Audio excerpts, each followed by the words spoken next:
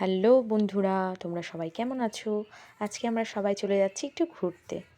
দেখো, আমরাও চলে আসলাম রাজস্থান জয়সলমের। প্রথমে আমরা রাজস্থানে চলে আসলাম। রাজস্থানে স্টেশনে নেমে আমরা একটা ছবি তুলে নিলাম, দিনটা শুরু করলাম।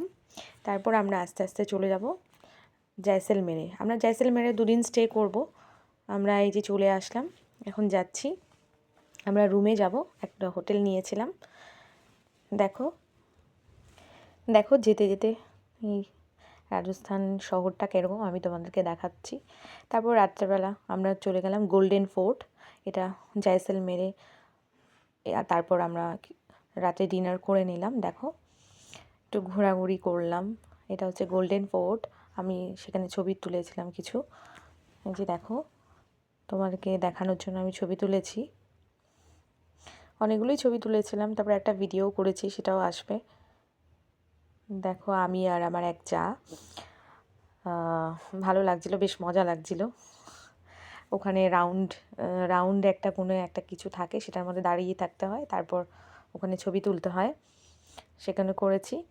তারপর আমাদের সকালবেলা সেখান থেকে আবার রাজস্থান ডিজার্টে, মানে আমাদের ক্যাম্পিং বুক ছিল, সেখানে আমরা চলে গেছি। দেখো, ক্যাম্পিংটা ঘুরে ঘুরে আমি ছবি তুলেছি, এত দারুণ ছিল ক্যাম্পিংটা। ক্যাম্পিংয়ের রুমটা দেখো এত সুন্দর। আর দিনের বেলা তো ভীষণ নর্মালি ওয়েদার থাকে, আর রাত্রেবেলা পুরো মাইনাস হয়ে যায়। আমার তো দারুণ লেগেছে। এখানে আমাদের 2 দিনের প্যাকেজ ছিল, এখানে আমরা ছিলাম। দেখো, রুমটা তোমাদের ঘুরে দেখালাম। এটাও আর একটা রুম ছিল, দুটো ফ্যামিলির জন্য 2 রুম ছিল। তারপর আমরা বেরিয়ে গেলাম দুপুরে লাঞ্চ করে। তারপর আমরা জিপসিতে থারে চলে গেলাম ডিজার্টে।